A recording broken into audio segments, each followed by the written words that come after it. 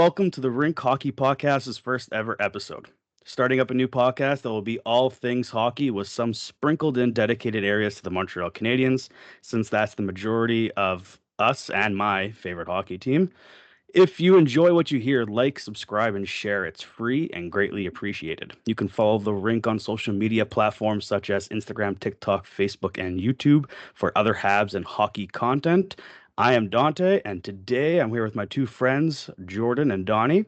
Before we get started, I want to thank our sponsor, Connected Room. Connected Room is a subscription-based platform designed to enhance and upgrade your sports watching experience with lights, goal horns, scoreboards, and other integrations. Visit their website for more information and use code THERINK for 15% off your first subscription. Links are available on all my social media bios. All right, boys, welcome. Thanks for joining me on the first one. We're going to kick it off with talking about obviously the men's Olympic hockey and how it went. We'll obviously get to the sad part towards the end, but first, let's go with teams that surprised us. Donnie, start us off. Who surprised you? There's a few teams you can rattle off right away. I won't take too many of the teams from your guys' ideas here, but I think the number one we all look at with how far they made in the tournament, the young talent they had on their team was Team Slovakia, led by Habs' very own Juraj Slavkovsky, making the All-Star team, Olympic Yes, sir. MVP from the previous Olympics, and all the young talent they have. Dalibor Dvorsky, I thought, also had a very good tournament, and they had a few other guys kind of unknown to the NHL world that contributed as well. I think that was probably the number one team with how far they got. I know they didn't medal, kind of lost, fizzled out to Finland there in the bronze medal game, sucks. which we'll talk about a little bit more. But yeah, that's my pick there. They were good. I actually liked everything I saw from the Czechs. They were fun to watch. They were fast. The Czechs, You know what Slovakia. I mean? Or Slovakia, sorry. Already starting off great. Slovakia. Oh. But they're a fun team to watch. They're fast.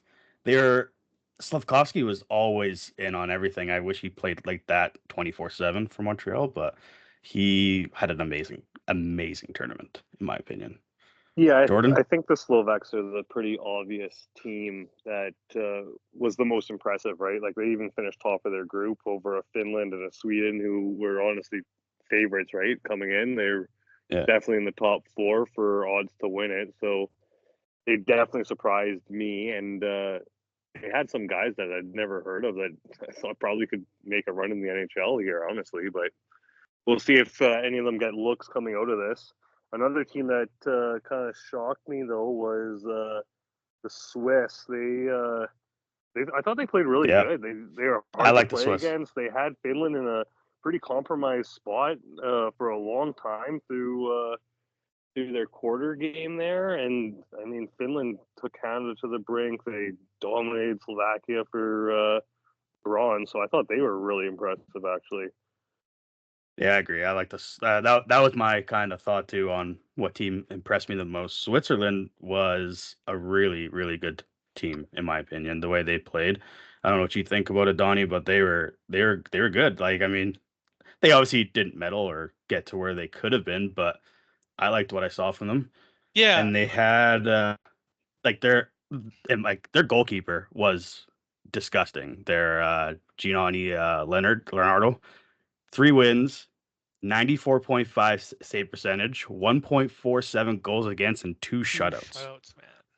That sounds more like an Italian name to me. I don't know. He was on Team Italy in this tournament. It does, right? But he had the most shutouts in the whole tournament. Like, shutouts is pretty crazy in a tournament like this. Like, right? And I think when you, sorry, Dante, I think when you think about the Switzerland team, obviously they kind of have the big elite premier talent at the top there with one of the best defensemen in the world in Roman Josi. Who else did they got there? Roman Josi, Nico Hischier, Timo Meier, kind of their top three players there. Nino Niederreiter, fellow Jet, right? Kind of a bit of a role player, but played a bigger role on this team. And combine that kind of top-end talent that can kind of game break and take over games with a goalie that's hot at the right time, and you never know what a team like that can do. You never know. 100%. Yeah. They performed pretty well for what they had, and like that'll kind of segue us into the next one. But teams that disappointed us, and like for me, a team that disappointed me. Just I don't know.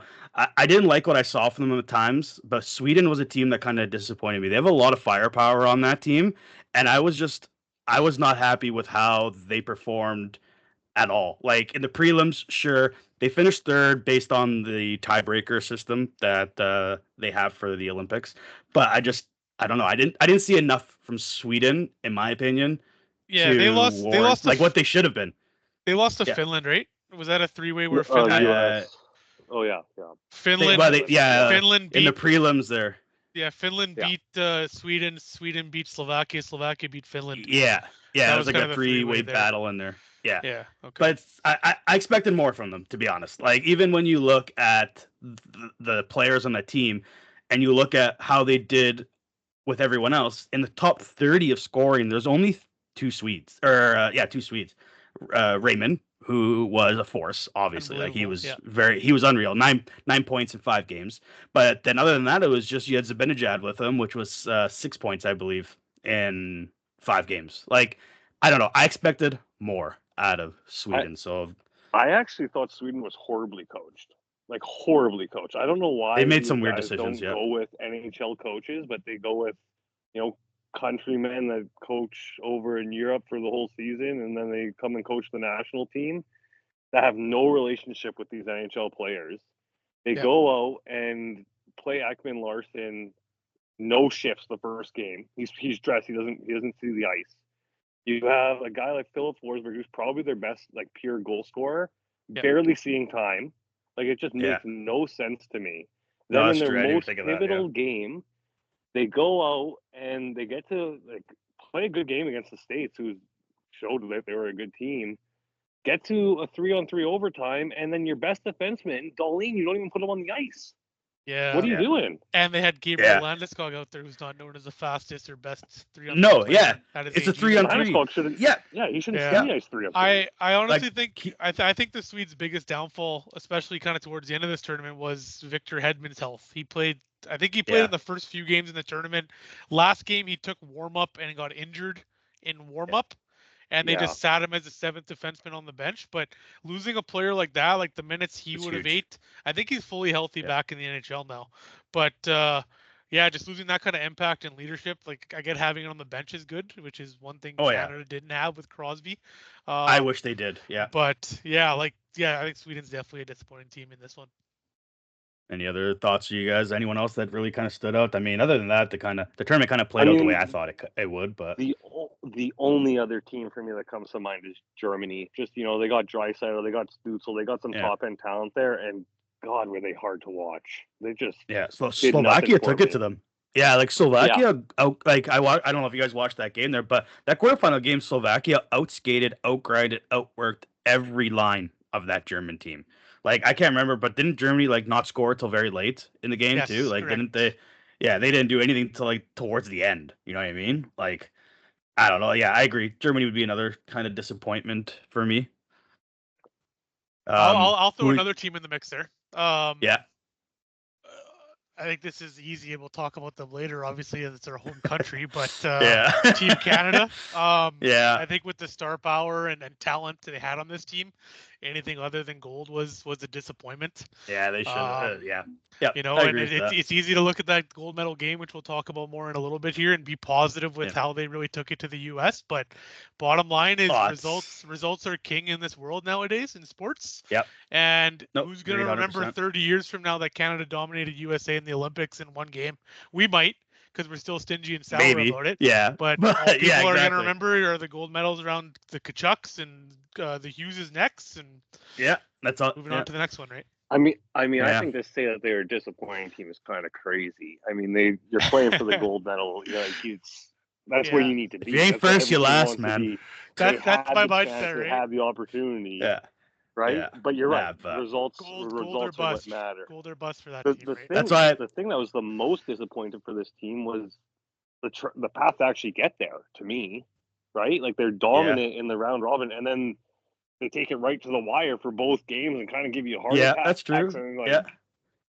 Yeah, because they dominated all their games, and then if it once again, Captain Suzuki for the Montreal Canadiens there is one of the reasons why they got to play for the gold medal game, getting that clutch goal towards the end in the quarters. Like it's true. Like they should have done and performed a little better. But yes, we'll touch more about that.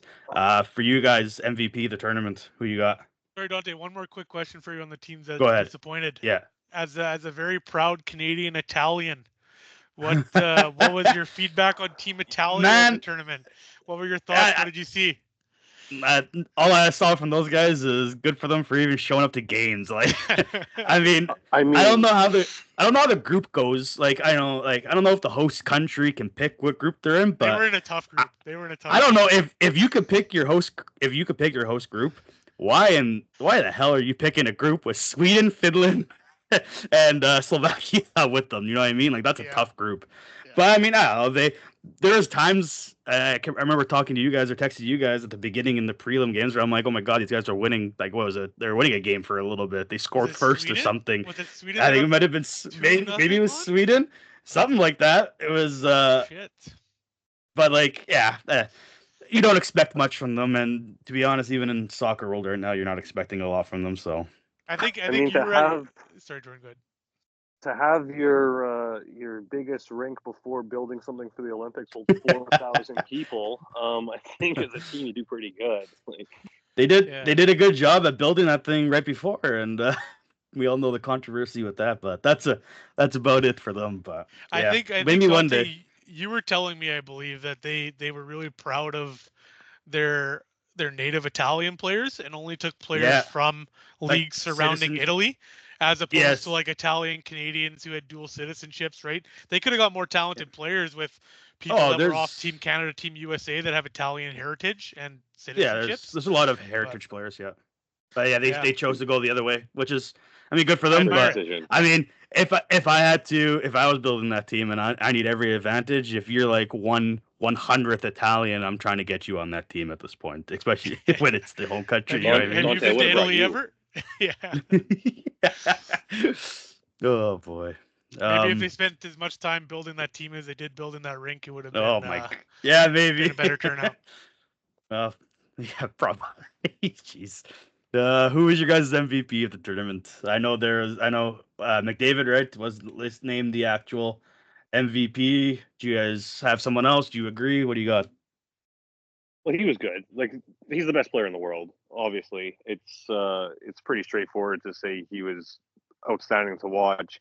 I think he more so won it for what he did in the round robin play, right? Like, got 3 points minimum each game. Like, that's impressive right there. Another guy in Canada I thought actually stood out was Celebrini for being a 19-year-old coming in there. It's insane. Unbelievable. Just looking like he was meant to be there. Like, just unbelievable to watch him. It's crazy what he did at 19 years old. Even I remember talking to you guys about it too. Like, his parents. Imagine being his parents, just sitting there watching your 19-year-old kid be one of the best athletes on the ice in the world already at 19 years old. You know what I mean? Yeah, it's crazy to me. Donny, do you have someone else that you were going to go with? Yeah, I think I read on Twitter after the gold medal game that the MVP vote took place after the first period of that game. So the votes were already in before the second and third. So a name that I would throw out there, obviously the biggest impact on the Americans winning gold was Connor Hellebuck. I don't think the USA really faced any super heavy challenges in the tournament ahead, maybe Sweden a little bit, but prior to Canada and their onslaught on them in the gold medal game, I think it's arguably one of the best single game goaltending performances we've ever seen in the Olympics. I think the last one people were talking about was Dominik Hasek in the late 90s. I don't know, Price. Yeah, no love for Carey Price. Come on, man. But come on. As a Habs fan, that's rough. I don't know if I've ever seen one player impact a game I agree with that. Yeah, right. Carey Price played in front of some pretty amazing defenses as well. Yeah. But Hellebuck stole that one. Like, I think I'd have to give it to him. He did. Yeah, I agree. He stole that one, and then, like, as we see lately, he's back to his normal self in Winnipeg. But he stole it for them for sure.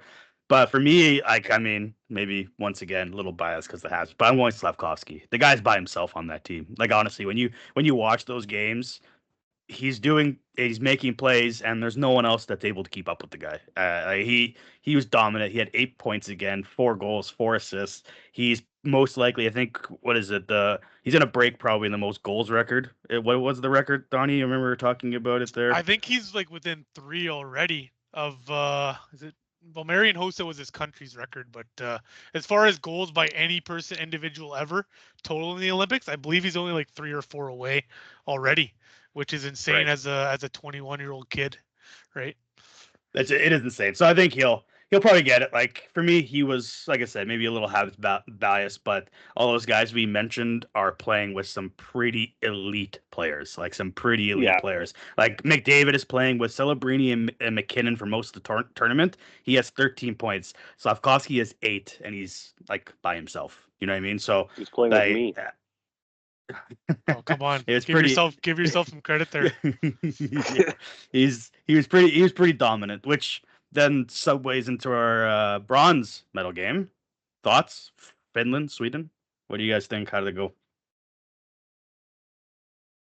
I just wish like there was just a better showing from Slovakia. I think they kind of got dominated by US and kind of sunk their ship a bit, which is unfortunate. It would have been nicer to have that game be more competitive, but I mean, Finland was good. Like Finland was a good team. Canada to get there was good. Like they were hard to play against. They regretted like just going into the defensive shell against Canada. Right? They got the 2 goals and then they just tried to lay back. And ultimately, I think if they kept pushing, they would have scored more on Canada and probably would have won and been in the gold medal game. So. Yeah, I think that one there was just this your typical team running out of juice energy in that tournament there. Yeah. Slovakia had so many hard-fought games in the quarters, beating Germany and the rest of the round robin to win their division. And we saw how tough Finland played Canada right in the semifinals with their defensive structure and kind of counterattack. I think it was just a matter of time in that one. Like I think the final score was 6-1, Dante. And the final score was 6-1. 3 empty netters. Yeah, Slovakia beat them in the round robin play. They did. First game of the tournament. Yeah. Slovakia beat first game of the tournament. Yeah. Them right, and Finland wasn't going to let that happen again. Ultimately, no, right? I mean, going into the third period, it was 2-1. Like I mean, I remember watching that. I was pretty pumped because Thomas Tatar, once again, former Montreal Canadian, scores, legend. You know what I mean? And it's 2-1 going into the third, and I was like, man, they had the chance to grind Finland down here and put in a good goal, and the game's up for grabs, right? But I agree. I really think they just ran out of juice, and as the game went on, it just got away from them, basically. Rupe Hintz, Capo Caco, Armia, Hala, all those goals coming in the third period, all NHL players. And eventually, at the end of the day, you can grind all you want, but the skill's going to shine eventually in tight games like that. And I think that's what happened for Finland towards the end there. They really started to pull away towards the third. Going from there, talk about a little bit about the most disappointing game in my life currently. Canada. I can't believe I'm gonna start right away and say it. What the hell, McKinnon? Like, you score that goal 99.9% of the damn time. Like 99.9% of the time, that is a goal. And I've never been so heartbroken before in my life. Like I just haven't. We're recording this 2 weeks later, and it still hurts just as bad to think. Yeah, I feel like I've had some time to decompress as a Canadian and kind of get back to life outside of hockey, but it hurts, right? It was the most pain I felt in a long time, and we watched Montreal lose in the Stanley Cup Finals recently in 2021. Like this was brutal heartbreak, and not just for the fans, but the other person I want to talk about too is Connor McDavid. Like the year this guy's having, I feel so bad for the guy. Like, you're losing to Florida in the Stanley Cup Finals multiple times. Now you're losing in the Olympics. Correct me if I'm wrong. He lost juniors too, didn't he? Does anyone remember? I think he was second place.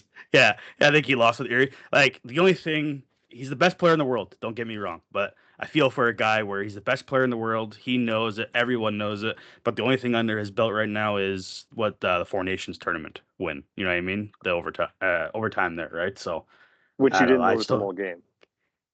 Yeah, that's fair. Like, yeah, in that Four Nations, like you didn't notice him all game. Like I didn't think he had a great tournament in Four Nations until the OT winner. but then he scores the OT winner. So, but game, best player in the world, supposed to be your leader, has a clear cut and just pretty much stick handles himself into a corner. Yeah, he tried way too much in the overtime for me. Like I get it, but like he tried too much. Also. He's just going by himself over and over again. Like he's loading up in his zone and trying to burn them all with speed, and then not using his players. Like I don't know. We have possession like that. We have so much skill on this Team Canada team. We should have just waited, lulled them, keep lulling them into a sleep, used our skill that we have. Sure, I still think maybe the USA had a deep forward core than we did, but our higher end skill for 3-on-3 should have been way better. I don't even know if they had a deeper forward better. Core. Yeah. Oh yeah, 100%. I think they had better defense and goaltending at the end of the day. Yeah. And the key with 3-on-3, like we see it so much in the NHL now. I feel like we're so accustomed to the 3-on-3 game nowadays and how exciting it can be back and forth hockey. But it's one thing to have possession, and I believe in this game Canada won like 2 or 3 faceoffs in a row, possessed the puck. And then their stars got complete tunnel vision. You saw McDavid try to go 1-on-3, split 2 very talented U.S. defenders. I believe McKinnon did it once. You saw McCarr pinch at the blue line, which eventually led to the winning goal. But you have to have possession, and you have to attack as a unit. 1-on-3 and never patience works. too. Patience. You have to keep like working the zone, keep doing the cycling you need. If you don't have the look you want in the offensive zone, how often do you see in the NHL someone bumps it back to their goalie or the third guy and you regroup? You just keep possession of that puck until you get the look you want, right? And far out shots, individual efforts, very seldom work until you have that initial breakdown in 3-on-3, which Canada didn't have at the time. Those far shots he's taking, like, I don't want to throw him under the bus, but maybe if you have like a more of a shaky goaltender in net taking those shots, sure, go ahead, see what can happen. But Carter Hellebuck was solid this entire game. You're not beating him from a shot like that in the way he's been playing that game. You're not beating him. You're beating him on a greasy goal or on a goal where you get him moving. You know what I mean? Like, I just 2-on-1. It should never like it should have never obviously have got to overtime in my opinion either. Like you look at Taves getting absolutely robbed by Hellebuck, and then obviously McKinnon with a wide open net. You would hope those are goals, right? But Charlie McAvoy making the save behind Hellebuck. Yeah, there's just a lot that went right. A lot that went right for the U.S. And I thought they kind of did the same thing as the 2 other teams that Canada faced going like on this run. Was they scored that first goal and then they tried to just play a defensive shell. They kind of shut it down and said, "Okay, we're just gonna defend." And the problem is when you shut it down like that, it's hard to get it going again. And Canada was just taking it to them and just line they dominated the whole game going, right? Yep. And they dominated. You're just surprised that they weren't able to score more than 1 goal. By far, Hellebuck's best game of his life. Like there's no question. Best game of his life. But you got 3 of the best, like top 5 players in the whole world on your team. You have to score more than 1 goal, regardless. Watching that game, I was so sure that the dam was going to break. That third period with how effortful, pure domination, and that onslaught was. I was so sure number 2 was going to come, and number 3, 4, 5. Like you're saying, Jordan, that could have been a 5-1 Canada win with normal goaltending, any human level goaltending, NHL level even. We see Canada run away with that game in the second and third period. One comment I wanted to make. We kind of talked about the Canada lines a little bit, Dante. You mentioned McKinnon throughout the tournament, quarterfinals, semis, as times got tough, Canada was pushing for a goal. We saw John Cooper make some lineup decisions, putting McKinnon on that top line, going nuclear with Celebrini and McDavid. Which in hindsight, in that gold medal game, those 3 guys played the bulk of the second and third periods, and you saw the rest of the Canadian lineup, which are all very good NHL talent players in their own right, kind of thrown to the side and play limited minutes. I think the next guy, next forward after those 3 in ice time in that game, I believe was Suzuki with 10 minutes. And that's hard. If you look at that breakdown, that is so tough, right? I almost I don't like that approach. I think John Cooper, even going back to the quarterfinals, Suzuki scored a big goal. I think he should have stuck with his guns a little bit more and continued to roll the line. Started the tournament with Canada. You saw them come out with arguably their best offensive game against Czechia, right? They had the rematch in the quarterfinals where things were closer. But that 5-0 win they had, they rolled all 4 lines. Every line was impactful. It felt like they were a perfectly optimized, well-oiled machine in that tournament, in that first game, right? Yep. And they slowly got away from it. And you rely on McDavid, McKinnon, Celebrini, and the question is, does it come to a point where you're just simply asking too much for one player or 3 players in those moments, right? I feel like there was a little bit of that, and we really kind of got away from what our bread and butter was early in the tournament in that gold medal game. Yep. No, I agree with that 100%. I feel if Crosby's in the lineup, it's different decisions made, right? Like it'll be spread out more ice time, but they didn't have someone that they felt was that next level. But for a player, all these guys in the NHL on their NHL teams play roughly 20 minutes a night, right? Yep. So now you're going down to half that. That's so hard to get into it. Your hands aren't there, your legs aren't there. Like it's just you're touching the puck, you feel like you have cinder blocks. Like I don't know. And how do you get any kind of momentum, right? As a player playing every 5th shift instead of every shift on your NHL team, right? Yeah. So speaking of who's next up, okay, so what's next for Team Canada, boys? Like you got the World Cup of Hockey 2 years from now, and then you have the next Olympics 4 years in France, 2030. So, I mean, obviously, talking about what we think the roster is going to look like, I would love for Sidney Crosby to still be on that team. If he's playing, I think he's on the team. But who are some other players, like let's start with the forwards there, that you think should be on the team next year, or someone that should be coming out of the lineup next season or next Olympics? Bennett won't be there. Wilson won't be there. I think this was their only Olympics. Right off the bat, I think those two guys probably aren't there. You're going to make room for a Connor Bedard. Like I'd be shocked if he's not there for the next one. And then they got other young talent that they can easily bring into the fold too. And who knows with some of these guys that really haven't shown up in the NHL, like a McKenna or something, right? Like exactly. In 4 years, like he'll be 4 years into his career next Olympics. Another one which I feel like did not get enough snub conversation on this team was Wyatt Johnson out of Dallas. Guy does everything. He does so well in the defensive zone, wins faceoffs, very smart 200-foot player, like very similar to Suzuki in my opinion, maybe even a better shot than Suzuki. I think in 4 years' time, he's right in his prime. He's in that discussion on that team. Another person for me, I think that might step in there. I think I still like the trajectory of Fantilli and what he might bring going into the future. I can see him stepping into this team, but also he's playing right now, and Beckett Seneca has really impressed me lately, especially. Yeah. And I think he might be another player that looks to be on that team. Some other names, like obviously we said Connor Bedard, Robert Thomas. Does he finally take that step forward kind of thing? McKenna we mentioned. Some people have Dylan Gunther on their list as well. Like there's a lot of options for Team Canada up front, but I really think like the only people I see coming out, I agree with what Jordan said. Like Wilson's one of them. It's probably his only Olympics, and he was there for one particular reason, to be honest. Brad Marchand probably done. Marchand won't. The only older player. Braden Point was also a very big loss for Canada, getting hurt. Yeah, he was injured. He didn't get to play. You saw him come back first game back, had 2 beautiful goals for Tampa. Like he would have been another big time player for Canada in this tournament. Yep.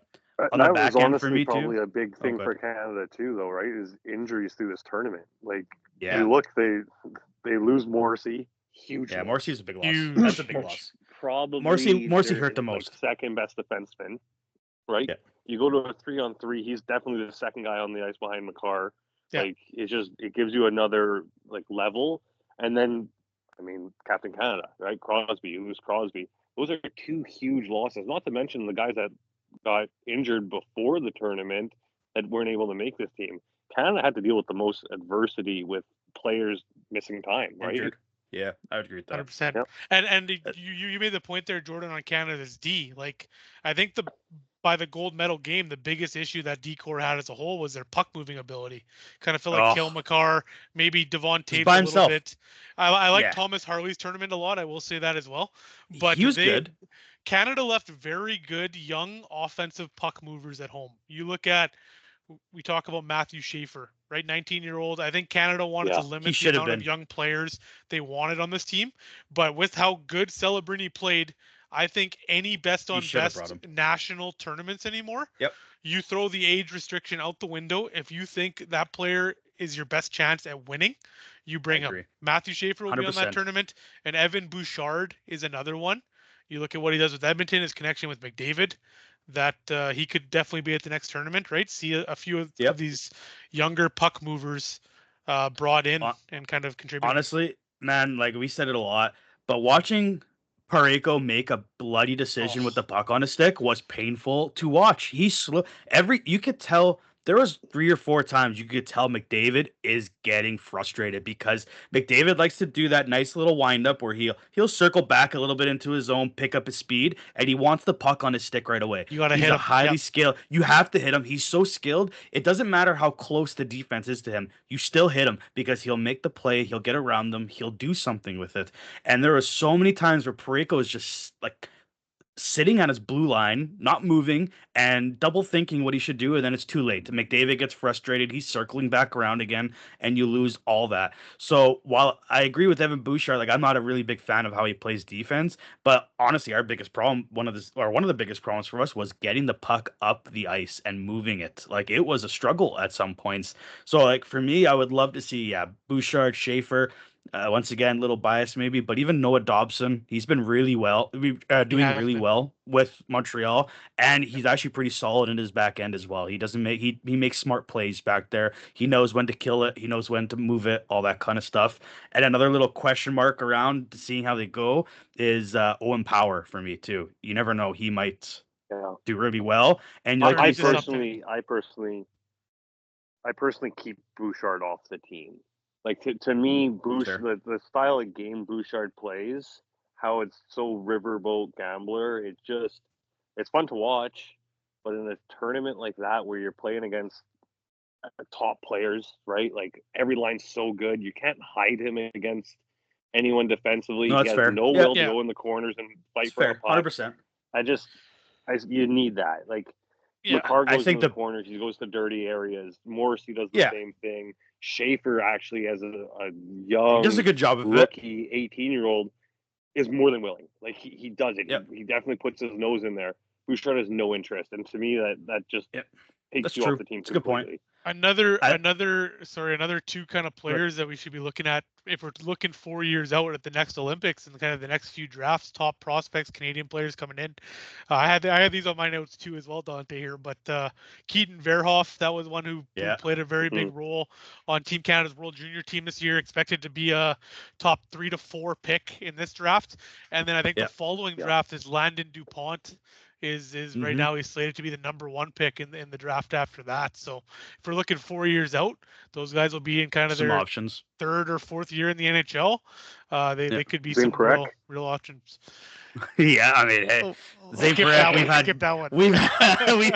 we've had some big conversations about St. Parak. I don't think he'll be on that team, but I mean, you never know. You never know. I mean, we'll touch on it really briefly because there's really not much to talk about for this section. Is goaltenders of the future? Like, who the hell does Canada have on my list here, guys? Honestly, I don't have much. I got Logan Thompson if he's not injured, he's still kicking around. Joel Hofer and Jack Reeves, and the other maybe memorable. My cousin. Yeah. Hofer. Yeah, it's Donny's cousin. Like other than that, some people mentioned that Casa goaltender. Sebastian Casa, yeah. But other than that, our weakest position is absolutely goaltending going forward, and it's going to be shaky going forward. But if Logan Thompson's there and he's the veteran, I think it's Logan Thompson's crease. I mean, maybe unbiased or biased opinion or unhinged opinion, I think Thompson should have been the goaltender for this tournament going forward. I don't like Binnington that much. I get it. It's his goal because of Four Nations, all that kind of stuff.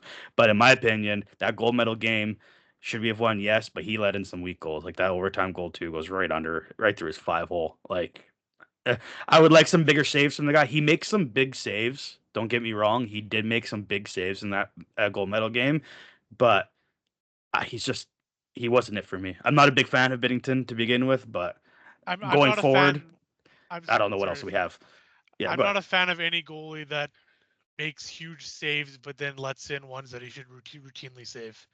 The big saves are nice and great if you're getting them above and beyond expected. We talk about goals saved Yeah. above expected as a major stat driving goaltending nowadays in the NHL, but you have to make the routine ones as well, right? And you talk about Bennington's tournament, we saw a few goals there where we're kind of scratching our heads as fans saying, oh, in an ideal world, he saves that. And that could be the difference between winning and losing most nights, right?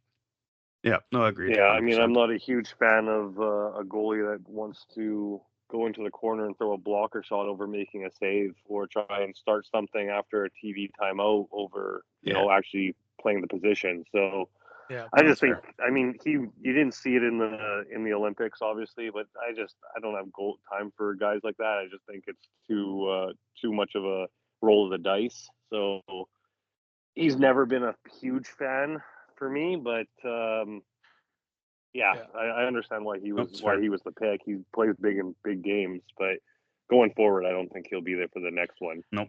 Agreed, 100%. If I have to watch Binnington be the starting goalie 4 years from now, I don't know if I can. I don't know if I'll watch. Yeah, I don't know if I can watch. I got one more comment on Canada. Go ahead. Sorry, Yeah. Dante. Do one more. No, go for it. I was listening to 32 Thoughts. Elliot Friedman kind of debriefed the day of the tournament. He dropped a pod on this, and just as far as the game of hockey on a global level, we talk about the NHL players being stewards for the game of hockey and the growth of the sport. Obviously, it's kind of getting bigger in America now with them winning multiple golds in this tournament. But you look back at Canada's outlook, and 2010 on home soil, that felt like an absolute must-win for Canada, right? The passion that went into that, being on home ice, that was 100% a must-win for Canada. Then you go to 2014 in Sochi, the last time NHL players were in best-on-best tournament, and Canada pulls that one out with one of the most complete defensive teams, one of the best goalies in the world at the time. Yeah, that was dominant. Win gold as well. Elliot's comment on that, which I agree with, he was saying that one, as far as 2010, didn't feel not so much win. But as Canadians, we are so used to Team Canada winning everything, right? Mm-hmm. For this to be a rivalry between us and the USA moving forward, politics aside, everything else aside, both teams need to win sometimes, right? And kind of part of my whole retrospective analysis of this gold medal game, it is not the worst thing in the world for the game of hockey for Canada to lose this.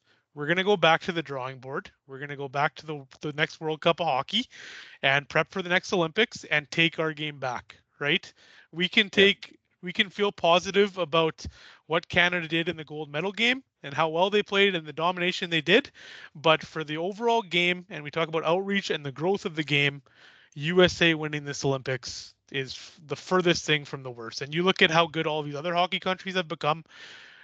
The parity between Canada and other countries are getting smaller and smaller, and it has been since we were young. And I'm just excited to see where this goes. As a hockey player myself, not on a very high level, but as a fan of the game, it's I'm very excited to see where the kind of the world spectrum of hockey goes. Yeah, that's fair. And one last thing, guys. So Canada, you're the best. USA, you suck. Anyway, just moving on. We'll segue to the NHL a little bit here.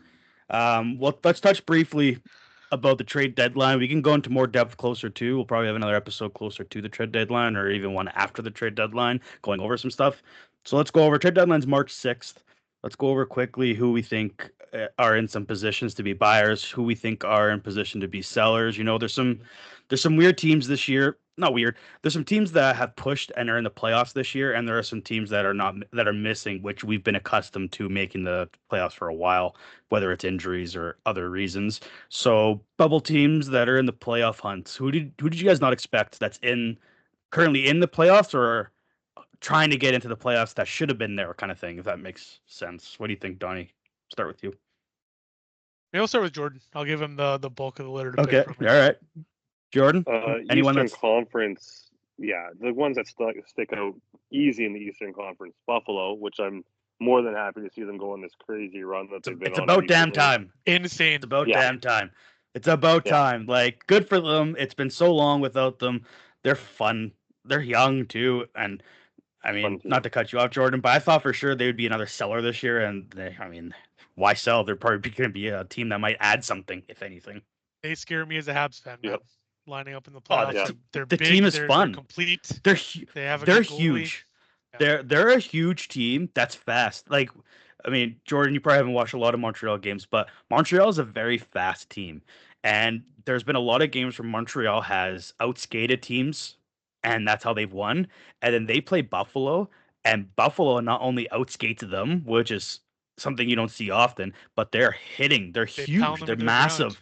It's just they're a great team to watch. I'm happy for that organization to be back into the not yet, but looks to be back into the playoffs. Anyone from the West there? Yep. How about your Calgary Flames, Jordan? I mean, what do you think? Oh, we're not in the rebuild section. We're not talking about the sellers yet. I think the Flames are doing a perfect job of hopefully finishing in the bottom 5 and winning the draft lottery. That's what I think about the Flames. It's been perfect. For me, what surprised me is Utah. Yep. Utah. Yeah, I didn't even think of Utah. Yeah, I didn't think of them. They've been building for a while. They're fun they got young pieces coming up, and and it's good for the team. Like, they just moved over from Arizona, right? Like, it's very good for them to already have this kind of momentum and good season behind their belt. So brings the game up there, which is nice. One team I got. I'll jump in here too now. I think the biggest surprise for me, we thought they were bottom feeders. We talk about Sidney Crosby being traded. Where's he ending his career? Colorado, Montreal, where's he being traded to here? But Pittsburgh, second place right now in the Metropolitan, 30, 15, and 12. You look at just what they've got out of a bunch of young players. That is Ben Kendall that has come up, been an absolute stud for them on their second line. They got the 3 veterans, obviously Crosby, Malkin, Letang, all still contributing. They just swung a big trade for Samuel Girard, which I thought was a major win for them. I think it's a huge win for them. Between the Jari trade, bringing in Stuart Skinner, who all of a sudden has been playing well for them, and getting those assets. Edmonton. And Girard, I don't know. I don't know if anyone pitched them to even be in the playoffs or in this mix at this point of the year. Like, we're talking about the trade deadline. I agree with that. They're not selling pieces. They're looking at giving Crosby another playoff run here. Yep. No, I agree 100%. To me, like, I'm a little worried they might fall out though with Crosby being out. You think so? Year. Like, obviously, their leader. They're 5 points in right now. He's the guy that gets them doing. Yeah. And if they're falling out, like, it's not a wild card team. It's going to be Washington, right, or like a Columbus. So it's, a little bit of an ask, but yeah, there's a little bit of a worry there for me that they might fall off here with no Crosby. The East is the East is a beast. Like, literally, rhyme intended. The East is a beast of a conference this year. There's really only 2 teams that are kind of completely out of it. Maybe one Rangers. Like, every other team, everything is so close. If you look at the East, almost every team, if you're not counting overtime losses there, most teams are above 500. Like, the Devils, who are second last right now, are 28, 29, and then above them is Toronto at 27 and 23, not including overtime losses. But if you look at the East, it's insane how tight this race is. And you have teams like Montreal, Detroit, Pittsburgh, the Islanders, Buffalo, who were all teams looking on the outside in the past that are now in those spots. And you have teams like Florida, who is struggled with injuries this season. You have teams like Toronto, who every single Toronto fan thinks they're winning the cup every year. And you have teams like Washington, who maybe have to start to look at adding young talent to kind of get ready for their inevitable retool or rebuild. They got some older players on that team. But the other team I want to talk about a little bit quickly about is Ottawa. What do you do if you're the Ottawa Senators at this point in time? Like, nothing seems to go your way when you're building this team. They've made trades, they've had signings, they've had players young and develop. Like, what do you do at this point in time? Because when I look at the East, I don't think they're a better team going forward than a lot of these teams that are starting to get going here, like Montreal and Buffalo, even the Islanders. When you had a player like Schaefer, you know what I mean, like going forward, and Florida's going to bounce back eventually too. They won multiple Stanley Cups. The team is basically the same. They just have injuries. Barkov's a huge loss for them. But do you guys think any of those teams are sellers this year that aren't in? I think if you're Ottawa, you're kind of forced to ride it out. Like you have your young core, like they're continuing to learn and try to play meaningful hockey down the stretch here. But they might have some veteran pieces they look to unload if they decide within this next week here that they're out of it. I don't know what Claude Giroux's contract status is, like a David Perron. They have a few veterans here that they could unload that could be good. Sell low options to playoff teams and provide playoff experience, but I think they're just going to ride it out. I don't think they make any major changes. So? Yeah. I don't think they add. I don't think they really look at adding. I actually think they might add. You think so? If you're Ottawa, I think Ottawa looks at where they're at. They're 5 points back from a playoff spot. You're chasing a team like Boston that honestly, like they've been kind of surprising this year, right? Like they play hard. So. They kind of remind me of Calgary from last year, really, honestly. Hard to play against, come at you with waves, play the game the right way, good goaltending behind them, but don't really have like a ton of scoring. I think Ottawa adds at the deadline here and tries to make a push for it because they're, like you guys said, they're kind of in a position where you can't sell. And if you're not selling, I don't think they're going to go like get someone huge, but add like a small piece or two and see if it can really get your momentum going. Their goaltending is what's killed them. Do you think they go? Yeah, I was gonna say. Do you think they look at goaltending? There's not a lot. The thing is, too, though. We say, do you think they look at goaltending? But the goaltender market doesn't exist. Right now, like I mean, Donny, you're more interested on Twitter than I am. Is there any other names out there than Binnington? Really? Like, what other names are out there? All I've heard is Binnington so far. Another name that's kind of come up recently is you kind of mentioned the Florida Panthers there before, and Bobrovsky. with the 3 additions they made last offseason, they somehow, everyone in the entire hockey world said absolutely no way they're gonna get this done, but they signed Marchand, Ekblad, and who was the third guy they signed? That was someone. Either way, they signed all of them.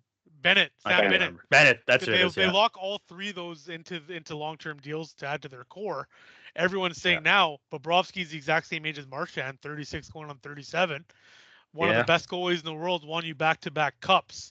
He's as a UFA coming up this offseason. What does he look for in a contract, and does that fit within Florida's plans? And if Florida decides within this next week that it doesn't, and they decide they're also in a position with their injuries where it's a slim chance at the playoffs at this point, and they're just kind of looking at acquiring some assets to potentially use in trades next year when Barkov's back and they're looking at kind of reloading the gun and going at this again.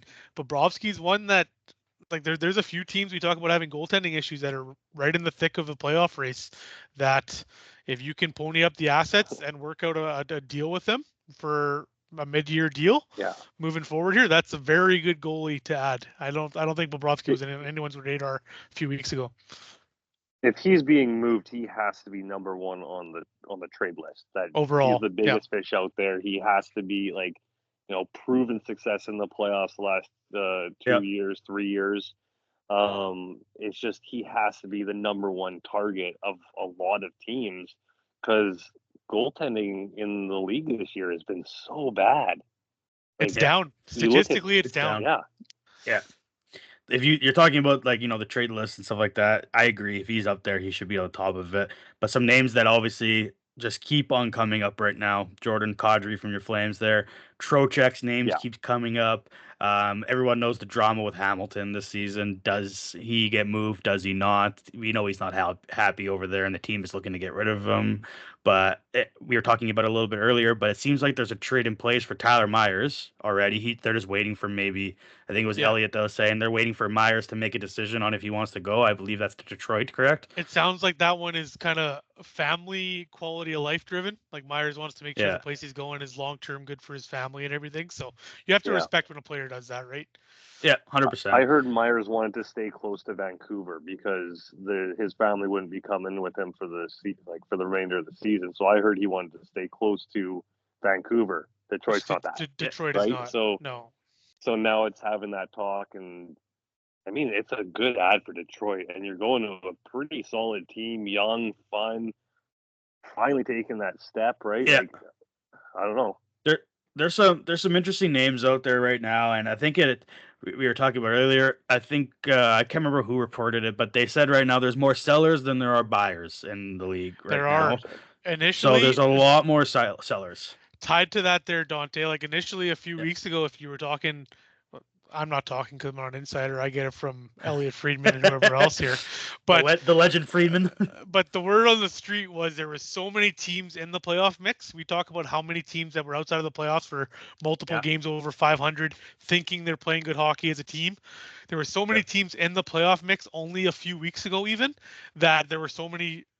They were not willing to trade their assets. But now, as we're getting down to the stretch here, and we have a few weeks before playoffs are locked in, a month or so from now, playoffs to be done here, going into playoffs, teams are deciding to kind of jump ship and switching to sellers here. So it sounds like the market has a lot more sellers and quantity available in terms of players that are ready to be moved with some of these lower teams than what are available for buyers. So it'll be interesting to see within this next week, working to next Friday, how many deals get done earlier in the week. Today we're looking at Saturday night, or how many are going to be done right, pull the trigger last minute before the deadline and potentially miss the window, right? How many sellers are going to lower their prices and sell just to get assets back, right? Yeah, it's always a cool dynamic right now. Yeah. Yeah, like I think right now, like we see it every year. Everyone kind of waits for that first trade to go through, and then that kind of sets your market. Right now, I mean, I don't know. We've heard some of the rumors for what these teams are asking for guys, and I just think it's absolutely insane. Like, there's no freaking way that I'd be paying some of these prices for some of these players. But two teams that I kind of looked at, and I know we have them on our list here, but the two teams I'm surprised with the most, I think they should buy. I don't know what you guys think, or sorry, not buy. I think they should sell. Toronto, I think should start looking at a retool of their team. I think they've completely missed their window.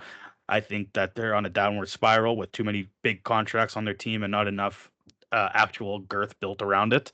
And another one, even though all the reports coming out that I've read, Donny, you can correct me if I'm wrong, is Nashville. But from what I've heard, no one wants to leave. Like from what I've heard, Stamkos is happy in Nashville. He doesn't want to go anywhere. O'Reilly doesn't want to go anywhere. Which I mean, if I'm a Montreal Canadiens, well, I am a Montreal Canadiens fan, but if I'm the Montreal Canadiens, O'Reilly's like a perfect two-line center for them to kind of bridge the gap for some younger guys. But apparently, a lot of those guys in Nashville don't want to go anywhere. They're happy with where they are. But those are the two teams that I think should be selling, in my opinion. That O'Reilly would have a huge market. He would. Like, massive. O'Reilly would have a huge market if you wanted to go. O'Reilly's thing. Sorry, Jordan. Yeah. No, go. I was gonna say O'Reilly's thing is what everyone's hearing. Even it goes all the way back to him being traded from St. Louis to Toronto at the deadline years ago. He went there as a rental. He had that playoff run with them. Decided not to re-sign with Toronto despite getting a contract offer. He does not want to be in the limelight. So Dante, we're going to talk about Montreal a little bit. That second line center has been a glittering hole for the past year for the Habs, which we know with where they are in their rebuild is not necessarily their number one priority where we are now for them to fill that with how their players have been playing. But it sounds like O'Reilly wants to stay in Nashville, doesn't want to go to a big market team. You mentioned the playoff push they're making right now. And my prediction right now is O'Reilly doesn't get dealt before the deadline. I don't think he does either. I actually think Nashville buys. I think Nashville makes the playoffs here. Again? Like you think so? They make the playoffs? I do. They're chasing Seattle. They're 2 points out. Yeah, they're 2 points out.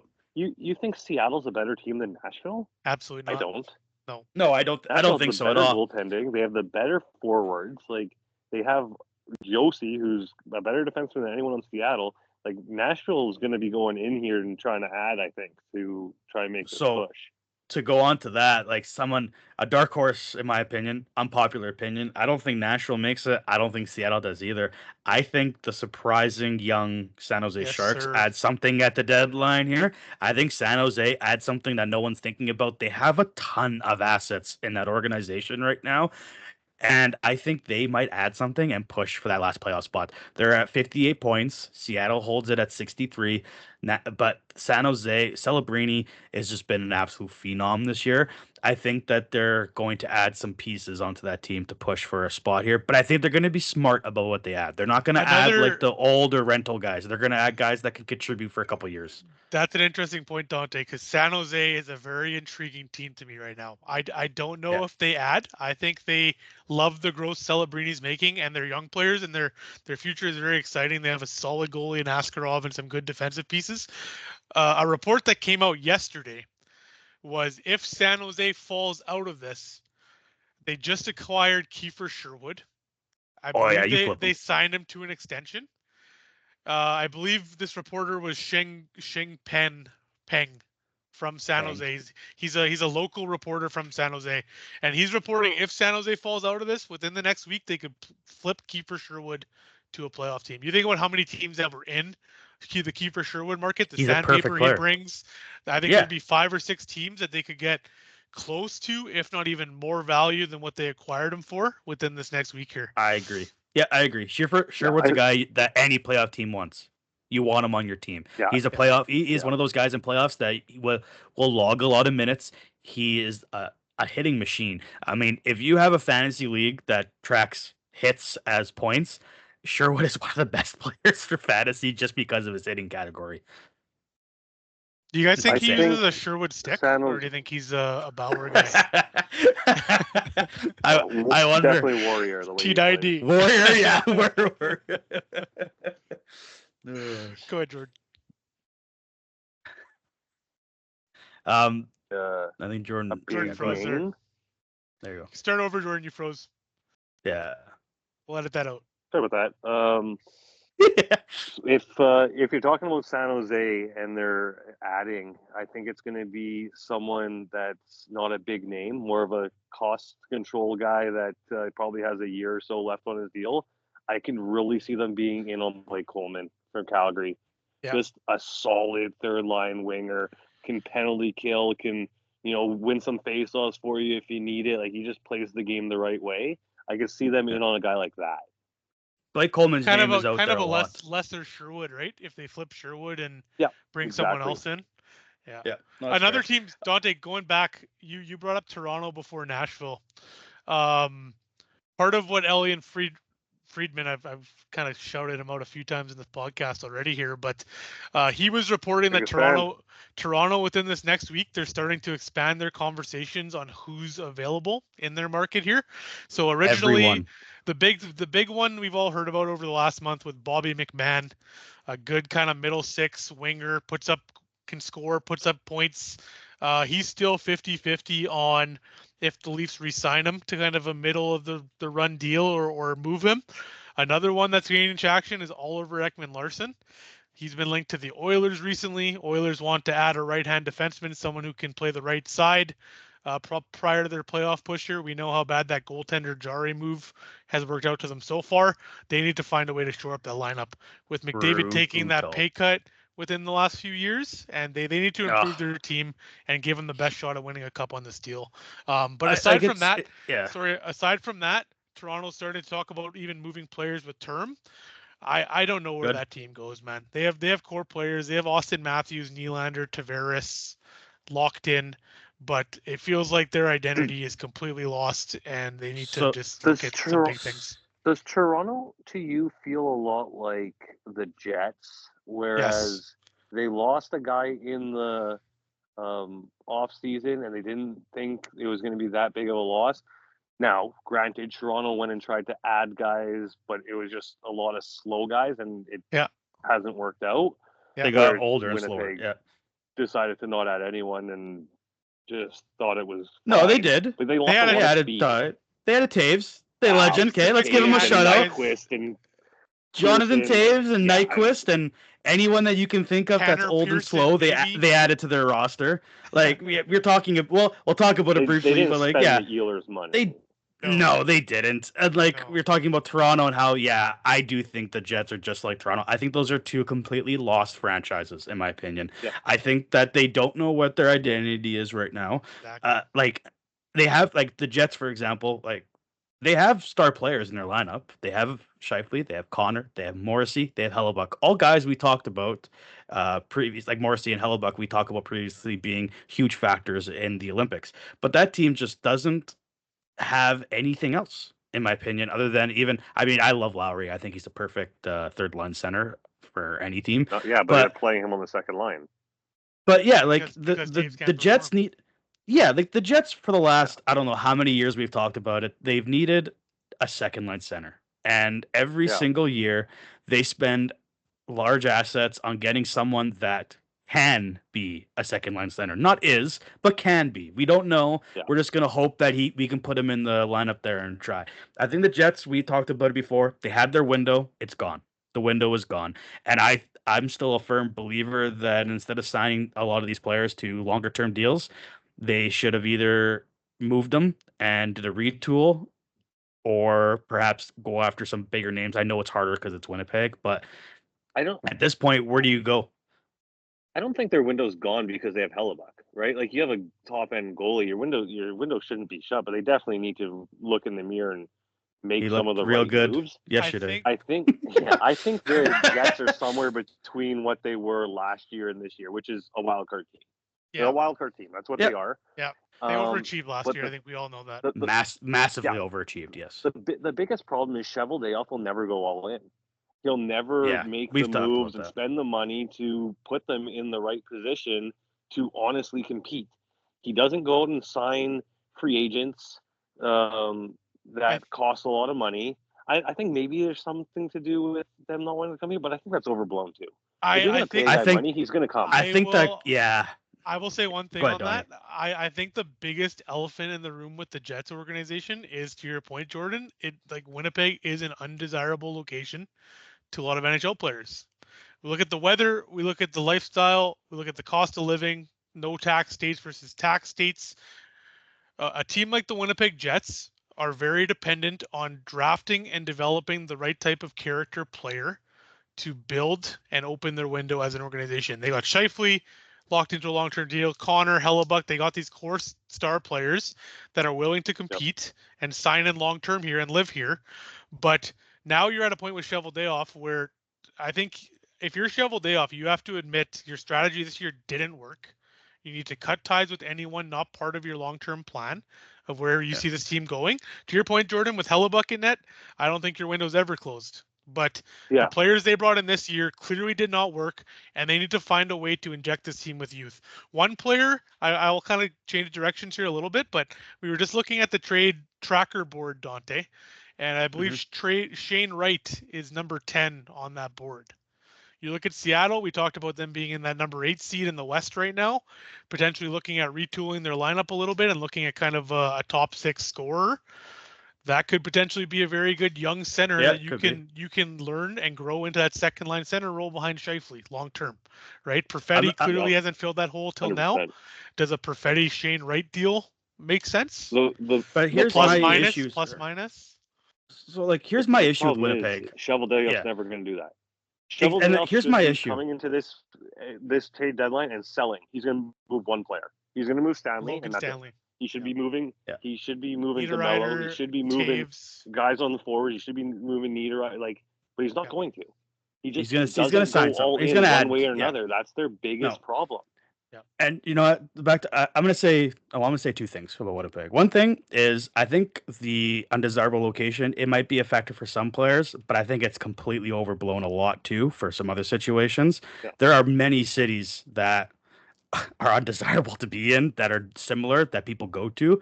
But the one thing I'll say too is my biggest issue with Winnipeg is their development, actually. Yeah, they've developed Scheifele, they've developed Hellebuck, they've developed these guys, but they snub a lot of other young players. And then when they bring that player into the team, okay, so I'm going to use Perfetti as the example. Perfetti actually looked not bad last season.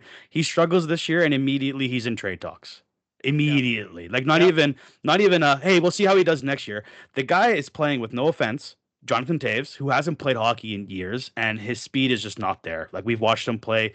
I'm sure he's great in the locker room. He's a great dude. He had an amazing career, but he doesn't have the same legs or skill that he once did. Same with who was the other guy who was playing with all year? Nyquist, was it? I think too. Gustav, yeah. Yeah, like, so no offense. Has he struggled? Has he had a bad year? Yeah. But what the heck do you expect the guy to do when he's not playing with actual skilled players? He goes from playing with Nikolai Ehlers, who is one of the fastest guys I've seen on the ice, to playing with guys who he has to slow down for. And when you slow down, I mean, you guys play hockey, you know, when you're slowing down and you're changing your style of play, it affects how you do anything. You know what I mean? Like, I think Winnipeg is in a position where I agree. Like, Hellebuck gives him a chance. To be honest, I get it. Hellebuck played great in the Olympics here. He's never won a big game in the NHL, though. He disappears in most playoff runs. He had a couple of good rounds, obviously, but he struggles, and it's well known he struggles when it comes to playoffs. But if you're looking at this organization as a whole and where they're going is, if you're going to play the card where it's hard to get players here, I understand that. I get that. Then you need to get young talent. And when you're trading away your first every single year for players that can play second line center but might not be able to, or don't actually fill the holes you need, well, then you're shooting yourself in the foot twice. You're not adding the players you need to make a playoff run, and then you're giving away your youth that you need to develop and bring into the league. So if I'm Winnipeg, I take advantage of the fact that you're out of the playoffs this year. I agree with you guys. You cut anyone that's not in your core window. If your name is not Scheifele, Lowry, Connor, Morrissey, or Hellebuck, I'm looking to move you, to be honest. Believe me, they won't.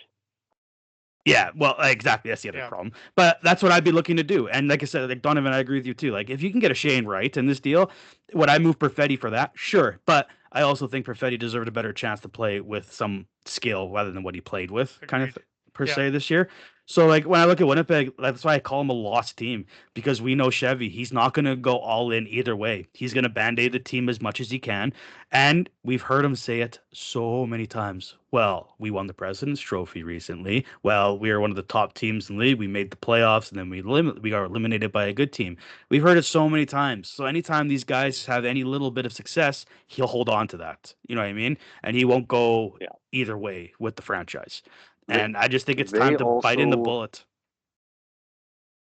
They also think that to get prospects to the next level, that every single player has to be developed the exact same way, which is insane. They saw what happened with Scheifele. Okay, we brought him up slow, had him play a few NHL games, send him back. Have him play a few NHL games, send him back. Okay, and then finally his fourth year, he finally makes the team. You're like, oh wow, he turns into something. Look what we did, guys. Well, that's the formula. Yeah, that's the formula. That's how that just speaks to what you're saying about Chevy just resting on his morals and we won the Presidents, we're good, right? Like, this development system worked once, it's going to work every time. It just doesn't play out that way. Every player is different, and I think the bigged issue is the Jets are right now using the Manitoba Moose as a fully development league. Like, if we look at like you kind of brought up Perfetti, Dante, but if you want the perfect example of a player that's been mismanaged right from him putting on his hat on the draft floor as a Winnipeg Jet, it's Ville Heinola. A very 100%. Very talented, undersized, mobile, puck-moving defenseman, offensive instincts through the roof. Not the best defensively, but that guy has. But you need guys like that, yeah. I bet you if you look up how many times he's been sent up and down between Winnipeg and Manitoba, it's probably upwards of 50 to 60 since the start of his career. And you look at a Logan Stanley, who we talked about the Jets moving on from now. Stanley, with his 6'7" size, has had every opportunity at the NHL level to be in that lineup over Heinola. I'm so surprised Heinola's still in this organization and they haven't moved him. And another player I want to bring up here is Braden Yeager. So they Rucker McGroarty, that was kind of the example of a player that didn't want to be in Winnipeg. They traded him for a very similar caliber player in Yeager to Pittsburgh, and he's now down in Manitoba developing. That Manitoba. But why did he not want to be in Winnipeg? Player. McGroarty, American. It wasn't that. It was because they came out and told him, well, we don't have a spot on the roster for you. You have to go prove yourself in the AHL. In the AHL, right? Exactly. And he didn't so it's like that. Mismanagement of an asset. Or like, I agree. A player that doesn't understand the plan. It's like, let's keep doing the same development. Yeah, do you not like when you interview these players as an organization, you like is not one of these questions going to be, "Hey man, if we don't have a spot for you on the team and we want to develop you the way we want to develop you, are you going to be an issue?" kind of thing? Like you got to figure that kind of stuff out in your interviews, in my opinion. Exactly. But also, there might have been McGordy. I'm not the biggest fan of him either. I think he was kind of stubborn-headed as well. But I agree, the it Jets goes once both ways. again. Yeah, it goes both ways, but once again, the Jets were also even more stubborn-headed. They're like, "No, this is how we do it here," kind of thing, and it's just it's a recycled idea.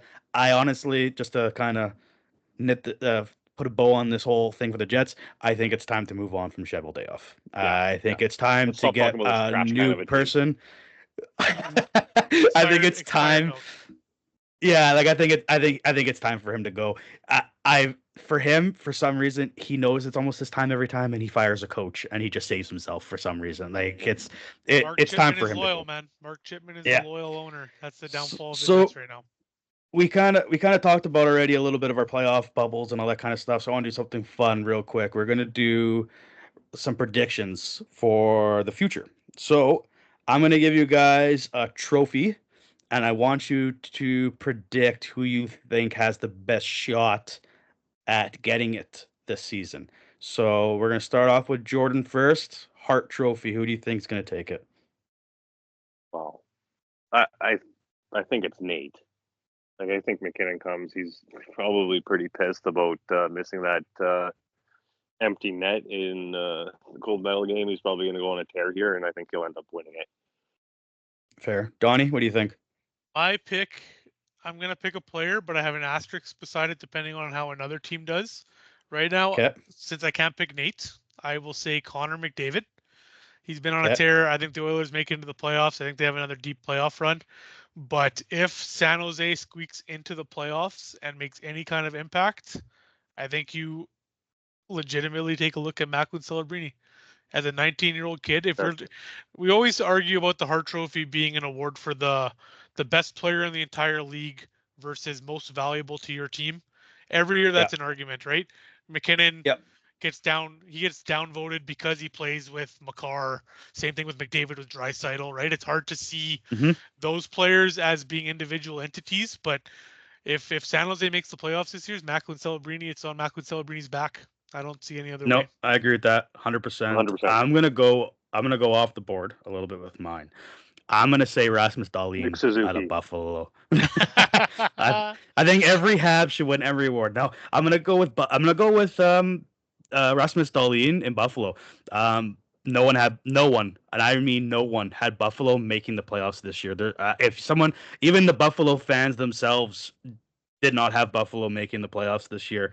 I'm going with Dahlin. The guy's logs the biggest minutes for that team. He's got 51 points in 56 games. It's insane the workload that he's done this season, and the fact that Buffalo's even where they are. I'm going with Dahlin just to be off the board, and because you guys took the top two favorites. So we're gonna let's go, Donnie. We'll start with another one. Norris Trophy. Who are you giving it to? A few options here. I'd like to say Lane Hudson as a Habs fan with the points he's putting up. I'm not going to say that though. I'm going to be more conversation over. Lane Hudson, we're done. For Dante. I think the market Lane Hudson plays in and kind of the global respect he does. It's not quite there on the Norris love yet. I think if he does what he's doing this year for a few more years, he'll be right in that conversation moving forward. I think this one goes to Zach Werenski with what he's doing in Columbus.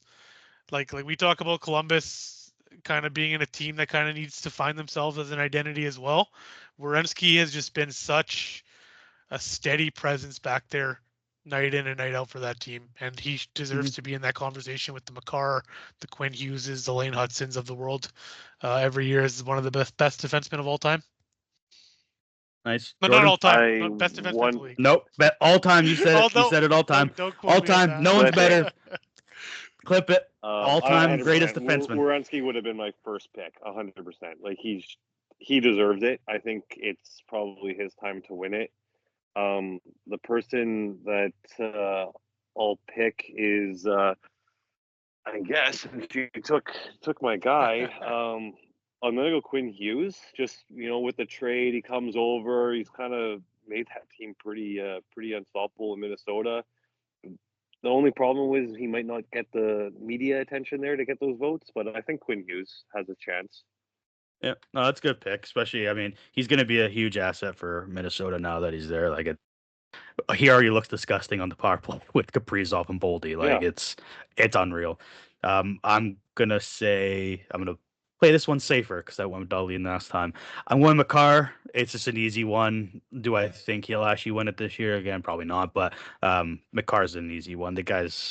He's still the best defenseman in the National Hockey League. He is the best Yeah. defenseman in the league. Yeah. He is still the best for me. And even though he plays with some of the best players on that team and they have the firepower, blah blah blah, Makar is Makar, in my opinion. He's still my number one option for that one. So I'll go him.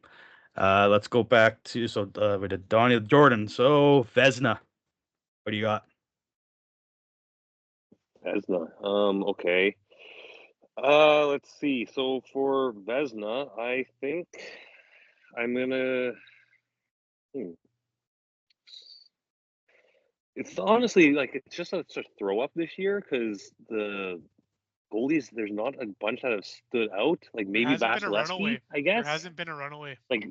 No. Yeah, I'm gonna lean Vasilevsky. Just he's the main guy in Tampa, but I don't know. I just there's not someone that I really feel confident in. It's honestly a complete toss up, in my opinion. I feel like 15 guys could win it. Yeah. I don't know about 15. Maybe 6 or 7. 15? You got Montembeau in there too? No, name all 15. Go. Yeah, go.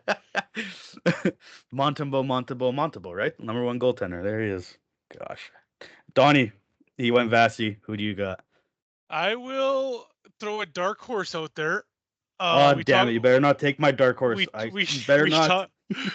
talked about them being in the playoff race, the Detroit Red Wings. Okay. John Gibson, kind of resurgence. Yep. We know he wasn't very happy in the last few years in Anaheim. He's had a hell of a year in Detroit this year and continuing to get wins for them. I think they have a very good tandem in John Gibson and Cam Talbot out there in Detroit. Nope, that's fair. I'm going to go even darker horse here, okay? I'm going to go someone. Don't go biased. I'm going no. I'm going someone completely off the board, okay? Completely off the board here. I'm going from the Carolina Hurricanes. Brandon Bussi. Or Bussi, however you say his last name there. You know what? He's a rookie this year. It's a dark horse. He's not winning it, obviously. I know that he's not winning it. But I'm giving him a shutout for the fact that he's got 24 wins, 3 losses, and his save percentage is like a 906 or something like that right now. I think what holds him back from winning that award is he's only played 28 games, so he probably gets to what, 30, 36, 37 at the something most. Like that. Yep, right? Something like that. Which I agree with, which is why to win the Vezina, right? Dark horse throw out there. I'm giving him a shutout because I've watched actually quite a bit of his games because I have him in fantasy, and he's gonna be an unreal goaltender. He is so calm in that net, and obviously he's playing with a good Carolina team, but he looks really, really good when he's playing. So I think his future is quite bright. He's obviously not going to win it, but because the goaltender Vezina conversation is so all over the place, I think anyone could win this thing. It's been so insane. Put some pads on Jordan, he'll win. It's been so insane to me what he's done in his 28 games. Like, you go back 2.5 years, he was playing in the ECHL for the Maine Mariners, and he kind of come back. Like, we talk about good up and coming stories like that, and people that finally get an opportunity to play on the highest level and they step up and succeed, and he's definitely a feel good story. Nope, 100%. All right, let's go to the most popular conversation every single year. One of the most popular, I think it's the most popular in my opinion, is the Calder race. Donny, who do you got coming out of there first? Are you gonna go with the obvious one? Yeah. I'll make the Lane Hudson argument for last year because of positional play.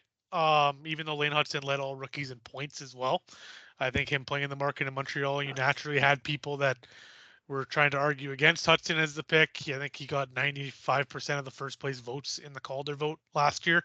Yep. But what Matthew Schaefer is doing in New York as a 19-year-old kid, the minutes he's playing on a very defensively based Patrick Waugh team, like he's not a shill in his own end. Like it's not like he's fully offensive. We look at the skating and the offensive capabilities as his strengths, but he does it all on both ends of the ice. And I can't remember the last time we saw a 19-year-old defenseman kind of jump in immediately after the draft. Like you look at Cale Makar, he took a few years to really take off. The impact Schaefer's made on the Islanders, I don't think you can make another argument for any other rookie. Which hurts as a Habs fan, right? But yeah, it hurts, but I agreed. So we're realistic. Said, yeah, we're realistic. You but that being said, it's impossible. How'd you not go with the demigod? I mean, in my opinion here, Jordan, I agree. Like it's Schaefer a mile away. So pick your runner-up. Like who's going to be the runner-up? Like there's no other three other option. It's Schaefer. I'll give a shout out to Demidov. I'm not the Habs fan, so it's a little bit interesting that neither of you wanted to pick him, but he definitely has been good, right? Like he's kind of been as advertised, coming over, high skill, controls play, has a good shot, is able to really create. It's just not going to hold much to what Schaefer's done. No, 100%. But you have to be happy with him. Like as a Habs fan, you have to be so pumped for the future of this kid. Like, I'll say 100%. I'll say as a Habs fan, I'll jump in here. They just played the Islanders on Tuesday night, and first period was a blast. Noah Dobson scored 2 goals against his former team. We were basking in our glory as Habs fans, playing a great game. And then 2 goals in 50 seconds, Schaefer ripped off to tie the game. And then Montembeault happened. Just completely took over the game. It's absolutely insane to see the impact that guy has on both ends of the ice at his age. No, and he's going to be a very good defenseman for a long time. I'm not even going to, like I said, those are I'll give a shout out to Beckett Seneca and a shout out to Wallstead, but Schaefer runs away with this Calder trophy. It's not even close in my opinion. Hold on, you're gonna give a shout out to Wallstead, but then you named Bussy as potentially. I gave Bussy. I already gave him an award. He won the Vezina. And Dante, the fact you're not shouting out Jakub Dobiš right now is offensive as well. I'll speak quickly on that. I loved Dobiš. I think he is doing great this year, but the reason why he won't be in this conversation is because for some reason we're going to keep on playing Montembeault over him when he should be the clear starting goaltender going forward, but we'll touch base on that in a second. The other two, there's 2 other awards. No one cares about the Jack Adams. Who cares? Who actually cares, to be honest? Good. John Cooper. There we go. Award done. He wins it all the time, doesn't he? Has he won before? Yeah. He's never won. Like he's won it before. Cooper's never won the award. Never? No. Really? Never won the award. The people that should win this award, though, in my opinion, are never mentioned. Never do. Like that's like Martin St. Louis, I think should be in the conversation. I think Lindy Ruff should be in the conversation, and I think Dan Muse should be in the situation. Yeah, he'll be the coach of the team that like Buffalo, right? Like someone like that. I think. This award is always Cooper's overdue. This award's always a mixture of top teams in the league, with a little bit of a mixture of surprising teams that you didn't think doing well, and you automatically contribute that success to coaching, right? I agree. Typically. Yeah. Next one, I'm starting. Selke, Suzuki, done. Give him the award. It's over. That's it. That's all. Very high odds right now, which Suzuki's an interesting case for me for the Selke with his lack of penalty kill time this year. You got Jake Evans, you have Philip Deneau, you have Oliver Kapanen all playing more penalty kill time on the ice, Dante, than what Suzuki plays. And like I believe he's over 50% on faceoffs, but that's also an area of improvement that Suzuki could improve his game 100% faceoff circle as well. But everything else, 5-on-5 play, positional play, hockey IQ on the ice, 200-foot player. Suzuki is as smart as it gets in the NHL. Yeah. I just don't think anyone else. Like I agree, Suzuki hasn't played a lot of penalty kill. He did at the beginning because of our injuries and stuff like that. Before we went out and got Deneau and stuff like that. Yeah. But I just don't think anyone else has played good enough to bump him from the top conversation spot right now. I just don't think there's anyone else whose mind comes up to me as the Selke Trophy winner per I se. also Other than, you got Donnie. Who you got? Go ahead. Yeah, no, I don't have anyone else. I'll stick with Suzuki as well. But I also don't yeah. know how much the voting of the Selke Trophy goes into actual defensive metrics versus just like the eye test. Someone watching a game and seeing someone force a few turnovers, win a few face-offs, block a few shots, penalty kill, whatever. I'm always curious about how the voting of these awards gets broken down for a technical award like the Selke. It's easy to look at points and MVP and good goaltenders and everything, but Selke I feel like it's an award where you really have to understand the underlying numbers of the game when it comes to Corsi and what they do on the defensive side. It doesn't necessarily translate to the eye test all the time, right? No, that's fair. This is only a conversation because Barkov's hurt this year, or they just would have gave it to Barkov again, right? I mean, I agree run for with years. that. Which Now it's going to be Barkov for years. That's the lazy analysis that I'm talking about. Is like that's what this trophy is, though. That's what it always has been. It was it's always the Bergeron Award, and then it was the Bergeron Award. And, and then it'll, you know what? To be honest, with Barkov being back, it'll stay with him. But eventually, it'll become the Suzuki Award. I think. Like Suzuki is still young; he's going to be here for a very long time. It's going to be the Suzuki Award going forward. Why? Who's it going to be? Jordan, Nazem Kadri, or Blake Coleman Award? Has to win something. Nah, Matthews. The only thing Matthews is winning is that gold medal, and he has other team around him because Toronto doesn't know how to build a proper franchise. Say he played a great game in that gold medal game, Matthews. Defensively he was good. Actually, you did notice him, but I'm never going to say anything good about him. So let's move on. All right, we'll touch about one last thing, and then we'll wrap it up with just a little bit of a Habs talk. Oh, you missed an award there. Yeah. Which one? This one? No, that's what I said. We're gonna do one more. Yeah, we're gonna do one more thing, and then we'll wrap it up at the end here with some Habs talk. We're gonna go comeback player of the year. We talked about this a bit before we started to record this. It's one of those awards that just like it doesn't really like, it's not always about performance. It's about the story behind the player. I think the guy I'm going with is more performance based, but let's start with Donny. You want to go first? Who do you have as your... I want to go last. No? You want to go last?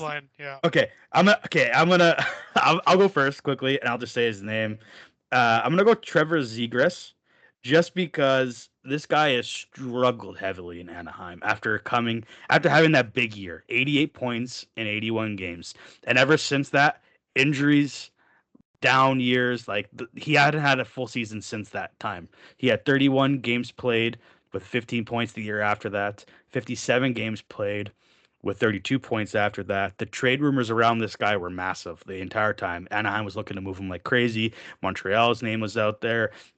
And then he ends up on the Philadelphia Flyers, and he's got 50 points in 58 games played, and he's actually looked pretty good in there. He looks comfortable. He's not in the spotlight with all these trade rumors, and he's just allowed to go there and play. Do you know what I mean? And so I'm going with Zegras on this one. Like I said, it's not really the greatest story ever, like we've seen in the past with some other players, but I think he actually had a huge comeback year. So I'm going to go with him. Jordan? Yeah, I find it very interesting that each team gets to nominate a player for this award. Like, shouldn't you know just nominate anybody back and have a comeback story? Like, I don't know. Nominate anyone on your nominate team. Your best player every year. Like, makes no sense to me. But the guy that I'm going for, and it's definitely story related, is Landeskog. Like, Landeskog has battled to get back on the ice, what he's gone through. Just to even get back out there, it's just unbelievable. I think he actually runs away with this award. I don't think it's that close. It's fair. I agree. I like what Landeskog's done this year. It's fine. He's back on the ice, and I also respect Colorado for they never gave up on him. They let him do what he needed to do. They kept supporting him the entire time. They never were like, you know what, we're going to give the C to someone else while you work on this. They supported him. Exactly. They supported the entire time. So good shout out for that. He's on pace for 45 points this year, which is, I think, better not bad. You could expect at his age and medical history, right? Yep, 100%. All right, Donnie. I'm going to keep mine simple. I'm going to go with Kim Kardashian for this award. Yeah. If you don't know what I'm talking about, go look up Parks and Rec Parks bloopers. and Rec. Best bloopers with Chris Pratt. Enough said. We'll leave it at that. Best comeback of all time. Funny how we all live in Winnipeg and didn't even say Taves. Anyways, I mean, I was gonna say I'll give a quick shout out to Jonathan Taves. Good for him for coming back as well. He came back and he's gonna make bank this year because Winnipeg gave him a contract that just rewards him for playing hockey games instead of doing literally anything. Just show up to the rink. Just show up to the rink, Doing play some job. games. I'll pay what like they're not making playoffs obviously, but what was his max earning potential? Wasn't it like $8 or $9 million? $6 million. There's $6? Okay, so 6, but still $6 million. Just show up and play, basically. I've spoken. Well, yeah, whatever. I've spoken on this before. I think it's 7. You got $2 million base salary, and then up to 5 in performance bonuses. So 7. I'm happy for the guy. Good for him for coming back. I obviously think it was more of a PR stunt for Winnipeg to get some jersey sales and ticket sales, to be honest with you. But good for him. I'm happy for the guy. So we'll give him an honorable mention. That's where the Healers' money went. So I got the detail. I got the detail of the performance bonus here. Let's subtract. So $7 million if he hits all these bonuses. The ones he's not going to hit, $1 million bonus if they win the cup and he plays 50% games played. I don't think the Jets will win the cup this year. So drop $1 million off. $6 million contract. $250,000 per series win. So another $2 million. No, another $1 million combined because they won't be making the playoffs. And another $500,000 for missing the playoffs. He'll probably play 60 games. I think he's 2 games away from that. So that gives him $550K each. So he's dropping $2.5 million just from the playoff incentives. So what, 4.5 they're going to end up paying him? 4.5. They're paying. Yeah, I mean, and yeah, good. Like I said, good for him. We'll leave it at that. Nice payday. Nice payday. Good for him. All right, let's wrap this up real quick. Jordan, you can chime in as the devil's advocate to our biasness as we go right now. Donny, let's talk quickly about the Montreal Canadiens and where they stand. We'll wrap up this podcast with that. So let's start off with the simple. I mean, when we originally planned this, we didn't watch them play a game after the Olympic break. But now that they've played 2 games, we've seen them play the Islanders, and then today they've played the Washington Capitals. The first thing I'm just going to say is Dobesh is your starting goaltender. This conversation is over, in my opinion. 100%. He needs to just be the starter moving forward. If you want to, we need games win in the East badly because of how tight that East is. And the stats don't lie. Dobesh provides us with the most chance at winning every game, and I think this conversation needs to be done. I think Marty needs to just accept it and move on. There's no more trying to get Montembeault going. We're 3/4 away in the season. We're almost at playoffs, and we're trying to get Montembeault going still. I think it's done at this point in time. I'd even look at moving him. It needs to be a game-to-game decision. Montembeault has struggled heavily this year, which I think the Habs' decision-making this entire season has been largely based on merit, which you look at what Montembeault did last year, had a great season. He was the workhorse for us, got us into the playoffs, got hurt in that playoff series against Washington, but got us there. I think for the majority of this first half of the year, first 3 quarters, they wanted to give him a fair shot of finding his game, right? Marty had belief in him. I'm sure the French factor plays a little bit into the loyalty of Samuel Montembeault as a goalie. I don't think he'd be getting the same treatment if he was an English goalie versus French. But at the same time, his struggles have been very evident in every game he's played this year. He's not able to keep up with the same conditioning game to game. He can't play games in a row. You see falters in his game tied to tiredness, things like that. For some reason, long point shots this year are his kryptonite, regardless of screen, regardless of screen or no screen. Yeah. He's just not tracking the puck well. He's swimming in his crease. His position feels a little bit off. And you just look at what Jakub Dobesh has done. He's had his struggles at certain times during the year as well. Yeah, he hasn't been perfect. The bottom line is which goalie, especially with how well that team's playing right now and where we are in this rebuild, which goalie is going to win you games? And Dobesh has shown way more consistency on a night-to-night basis than Montembeault. And I think it's a foregone conclusion at this point. You move forward with Dobesh. And another point I want to make is Montembeault's best game this year was against the Winnipeg Jets, Dante, which we went and saw in person. Hell yeah! As Habs fans in Winnipeg, Montembeault played by far his best game of the year. Yeah. But that it's worth noting that game came off about 5 games of rest for Montembeault. Like he came out treated as a backup goalie, and he came in. Treat him as a backup goalie, and he might be one. Yeah. So I'm not saying like I don't know how many games we have left. Top of my head, 20 something left on the schedule here. Somewhere 24 like or something like that. Like I think you should be looking at like maybe an 18 to 6, 16 to 8 split down the stretch here. Dobas should get 2 games to every 1 for Montembeault. And hopefully both goalies can get it done with the workload they get down the road. Nope, I agree with that 100%. Moving forward, it's got to be him. Like the kid's 19, 5-4. Like what are we talking about here? He wins games. Simple as that. Like everyone's like, oh, his save percentage is low, his goals against average is low. He gets the wins. That's all that matters. Is what's at the end of the game is you get those 2 points, and he does.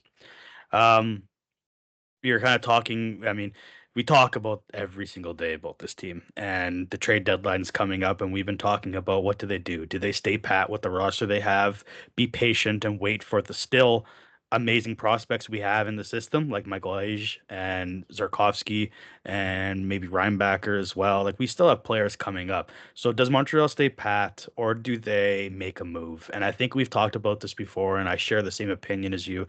Is the only way I make a move is if it's for a player that not only upgrades the position but is here for a long-term possibility. So a guy we talk about a lot is Robert Thomas. He's available on the trade market apparently, which surprises the hell out of me, to be honest. But he's available. The price is high. If you can make out a trade with them that doesn't cost you a Michael Hayes or Zarkovsky, I'm on it, because I think the only 2 prospects I don't move are Hayes and Zarkovsky. I don't know about you, but I'm not moving those guys unless.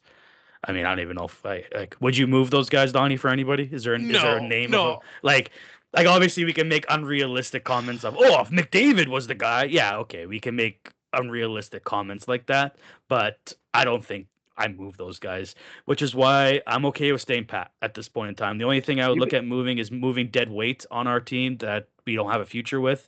Guys like Anderson, whose contract's expiring, who I think he'd be a perfect Winnipeg Jet. We've said that before. We'll send him over there. Yeah. Like, sorry, one last player.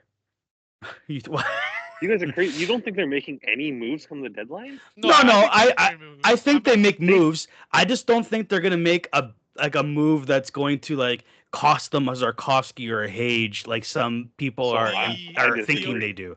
The only move the Habs make before the deadline is for a second line center, to Dante's point, that fits this team's future core and window. And the only player I see doing that, Nazem Kadri's on the market, Ryan O'Reilly's even on the market to an extent, is Robert Thomas, in my opinion. Very similar age to Suzuki, very similar player. And Montreal has pieces that, like, if you look at the entire league and packages they can put together, they have their first round pick this year. We have Oliver Kapanen, who's done very well on our second line center with Slavkovsky and Demidov for the season and has a very bright future. We have David Reinbacher, former 5th overall pick. Injury histories have been a concern. Growth development has been a little bit, but the rumored price for Robert Thomas is 3 first-round picks in value is what they're looking for. 3 top 15 first-round picks. Yeah, 3 top 15 first-round picks. Which is insane. You see, I think if there's going to be a surprise move, like a big name that's not on the draft board that it's going to be to Montreal. So if there's someone that's like not out there that isn't no one's talking about, but is a big name. Yeah. Okay, I agree with that. Montreal. Yeah.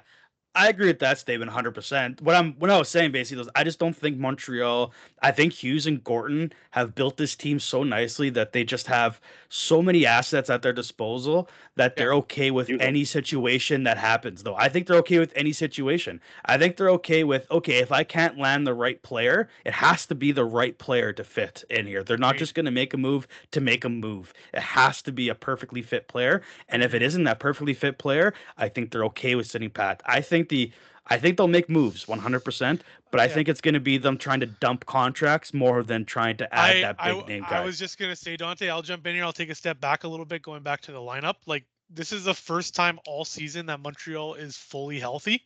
If you look at their practice lines, their lineup projected, whatever, they have 3 forwards that are all NHL caliber fully sitting out every game right now.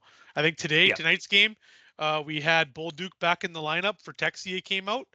We have Patrick Laine That's another conversation we'll probably dive into He's an shortly. NHLer?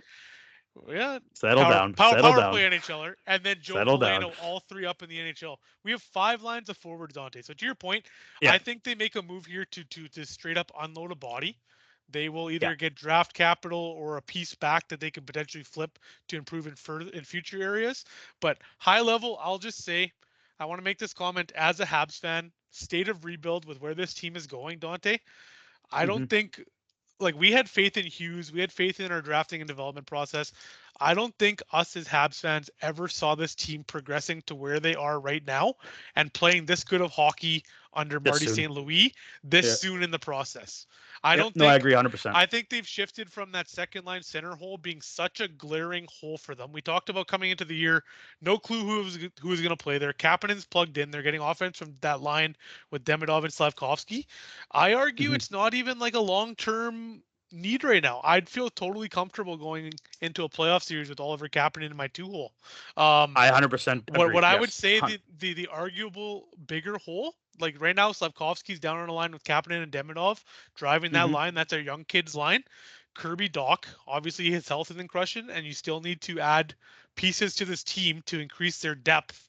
Players that you can plug in if injuries happen in the playoffs or closer past the deadline. But they could look at a Robert Thomas, which we talked about, which would be cost the most assets at this deadline they'd acquire, or you could potentially look at a top line scoring winger to complement Caulfield and Suzuki better than Kirby Dach does, which I've loved Kirby Dach's game the last few games post Olympic break here as well. Good. You know, there's a lot of things that are going well. Even you mentioned Josh Anderson potentially moving him. I think for a playoff series, you want a Josh Anderson on your team. We look at what he did with Tom Wilson in that series against Washington last year, the brawl on the bench. I think he can still contribute in a playoff run, so I'm not 100% gung-ho on moving him. Brendan Gallagher, I think, will be phasing out within the next few years in terms of his ability to contribute. But I think he just retires, This, like, since the Habs acquired Dobson, I have not felt this confident in where this team is going. I agree, 100%. Goaltending's coming, right? We talk about Fowler as well. Things are coming along there. You guys don't think they need like a number 6 defenseman? Like, you're good with the Struble? I think no. I do think number 6. That's a hole to fill. I think they need a number 6. Agreed. I'm not a. Yeah, we talked about that today. I'm not a Struble fan. I think we need to move on from Struble. I think he's redundant in the lineup, to be honest. I think you need a 6th defenseman. We've talked about it today. He needs a bigger guy that's responsible in the defensive end, that's more defensive, that you can rely on your bottom 6. And then you have Jack Guy as your perfect extra defenseman who comes into the 7th. Yeah, your perfect 7th defenseman that comes in when you need him to be in there, kind of thing. Other than that, yeah, I would. The holes I'm looking at is a 6th guy. It's our 6th defenseman, in my opinion. But I'm okay. Like we said a million times, they've built such a good team, and we're so far ahead in what we thought this rebuild would take that I'm comfortable going in either direction. And I trust Hughes and Gordon I trust them not to rush this and band-aid it, and then it might screw up something else, kind of thing. They will never mortgage the future for now. That's the key thing. They are so patient. It's insane. And to your point, Dante, just a few targets that I have in my head spitballing for that number 6D. I think with Hudson, Dobson, Matheson, Gooley as kind of the locked-in top 4 for this year, we have already a very mobile and offensive-minded defense core. I think Alex Carrier is a good piece on the back end there, but someone that could slot in with them. A few pieces, which Jordan on the Flames right now, Zach Whitecloud, I think is a very solid number 6 defenseman. A few, I'm not even sure of their availability, but like a Jamie Alexiak on Seattle, like that kind of like very physical, just shut down, reliable guy you can throw out there on the penalty kill, throw out there down a goal, up a goal in the playoffs. And there was one more I had in my head here. Well, we kind of mentioned him earlier, but if they could have swung it for Myers, who sounds like might be going to Detroit, but Myers would have been a great ad for them, I think. Yeah. He makes a little too much money for a 6th defenseman, though, doesn't he? Mean. He does. Doesn't matter how much you make on that core. You're playing. He makes 3 actually. Defenseman. He makes 3. Oh, he makes 3. Oh, that's good. Yeah, that's good. Who was the other name I had there? Whitecloud, Alexiak. I'll come back if I remember. It'll come back to you. Let's talk about one last thing. Logan Stanley. There you go. Look, yeah. That was a joke. Yeah, Logan Stanley. Everyone knows I hate Logan Stanley, just so everyone knows. I mean, I've never been a big Logan Stanley fan, but hey, he's doing good this year. He'll be Norris caliber next season. He's super tall. He's still a prospect. Let's talk. Yeah, it's still a prospect. Let them develop him. Put him back in the Moose. He'll develop some more. Let's talk. We'll talk about one last thing for the Montreal Canadiens. We'll wrap this up. The elephant in the room, Patrick Laine. Now, let me start this off with him. I'm actually a big. I like Patrick Laine. Okay, he went through a ton of things. I like him more as an off-ice player at this point than I do with what he's been doing on the ice lately. He is a power play merchant. He's a specialist with his shot. But at this point in time with the Montreal Canadiens, with how much depth we have, all the players we have, it just doesn't seem like there's a spot for him on this lineup based on how St. Louis runs his practices, based on all these kind of things. So I'm okay with the two routes with him, in my opinion. Route A, where he gets traded to a team. Will it suck? Yes, but he should be playing this year still. And route B, where we can't move him because it costs assets and Hughes doesn't want to give up assets. And he just ends up as an extra guy that maybe when an injury happens, you can slot him in. I know Donovan and we talked about this briefly about him, that there was some people talked about his 5-on-5 stats and the last couple of years and how hasn't really been one of the best 5-on-5 players. So I just want to say one thing about Laine before I throw it over to you guys. Laine has been the reason we made playoffs last year. There's no doubt about it in my mind. So I'm thankful for his time here with Montreal, because without him last year, we don't make the playoffs. Those power play goals, those timely goals that he had pushed us to where we needed those wins. 2, I have a massive amount of respect for him for what he's done. Let's call a spade a spade. He is not injured, even though he's listed as injured on this team. The guy isn't. Let's be honest. But the fact that they're making him play defense in line rushes. He's not getting it shot with anybody in practicing or anything like that, but he hasn't complained. He doesn't look upset he's a pro. He doesn't look upset anyway.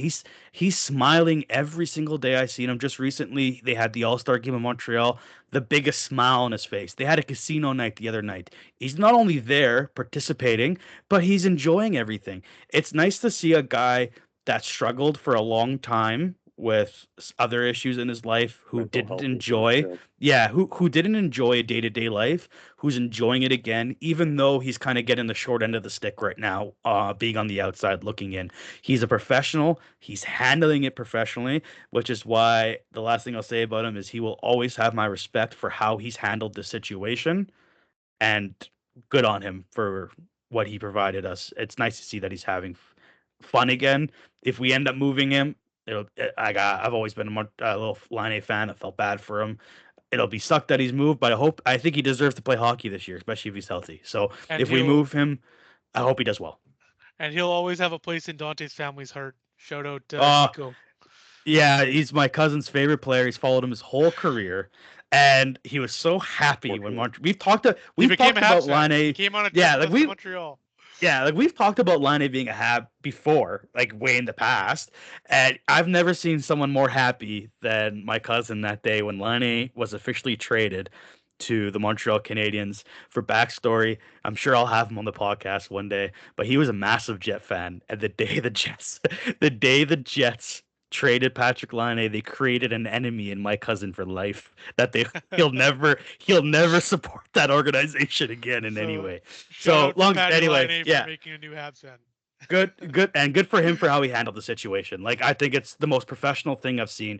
We've seen players refuse to put jerseys on at drafts. We've seen players that just refuse to play for teams, been outspoken in social media, been outspoken in interviews. He's been nothing but professional. Him and his wife both embrace Montreal, have loved it, support it. They created, I can't remember what it's called. Donny, do you remember? Is it from me to you or something, from us to you or something like that? Mental health. They created a mental health initiative. He's going to be playing in Finland next year in his hometown, so that's great. I mean, I can see him. Yeah, from us to you. Yeah. So good for them and what they've done. I just want to say, Good on him.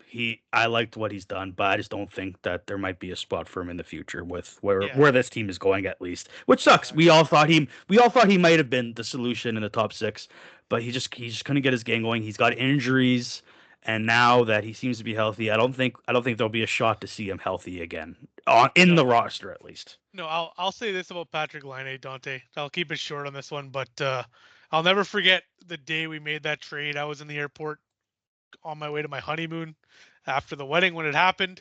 We were both ecstatic, texting each other about the return. Great add to Montreal, like you mentioned. Great weapon on the power play last year. It felt every time that guy had the puck on his one-timer side, the puck was going in regardless of who was in net. And even going back to our Winnipeg days when the Jets drafted him back in 2017, second overall.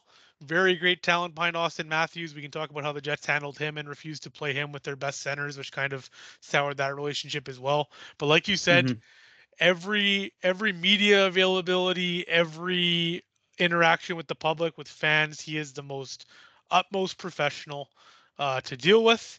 We love Patty as Habs fans. We wish him the best here. But with where this rebuild has gone, I think Montreal has just progressed to a place where when they acquired Patrik Laine, they had a spot for kind of that project player, not necessarily the best 5-on-5 and offensive shooting weapon in their lineup, but we've progressed to a place now where we simply don't have enough spots on our roster for a player like that anymore. So you mentioned the Habs potentially attaching something to him to get rid of his contract. I don't see that. I think there's going to be a team out there that's going to acquire him for his goal scoring, and it might not be very much value in terms of a trade, but I don't see Montreal attaching anything to a Patrik Laine contract just to get rid of it. I think they would rather ride it out this year. He walks to UFA status after the year's over. Maybe he gets into a few games down the stretch, depending on health of the other players. But I don't see Kent Hughes in a rush to get rid of that contract and weaponize cap space this year.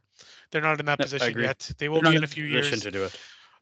So yeah, just all the best to Patty. Thank you for the memories, and we'll always be fans wherever you go. Talking like it's already traded, but it hasn't. I think the writing's on the wall. Right? But the writing's on the wall. Yeah, fair. Yeah. All right, boys, it's been a long one, so let's see some final thoughts here. Anything else you want to quickly add about anything we've talked about, Jordan? No, I'm good. I think you guys said everything we could about Montreal, and everyone's fallen asleep and logged off at this point anyway, so we're good. Donny, what do you say? I don't know. I think I was just very nervous for our first kind of podcast appearance here, but I think the conversation went very well. And we talked for hours. I hope the listeners are able to enjoy what we're talking about. And like you said, like, subscribe, contribute to the channel, and hopefully they'll be hearing more from us moving forward here. Awesome. Yeah, so like I said, like Donnie said, thank you all for listening. It's the first one, went pretty well in my opinion too. Went a little long. Maybe we'll cut down our stuff for next time, but overall it was pretty good. We hope you enjoyed. Once again, like, subscribe, follow our Spotify. I think we'll be on Spotify, YouTube, and Apple Podcasts probably, but it's not 100% confirmed. I'll figure that all out, and I'll post it on all my social medias. So make sure you're following Instagram, TikTok, Facebook, and YouTube for all of that. Thank you guys again for listening, and go Habs go.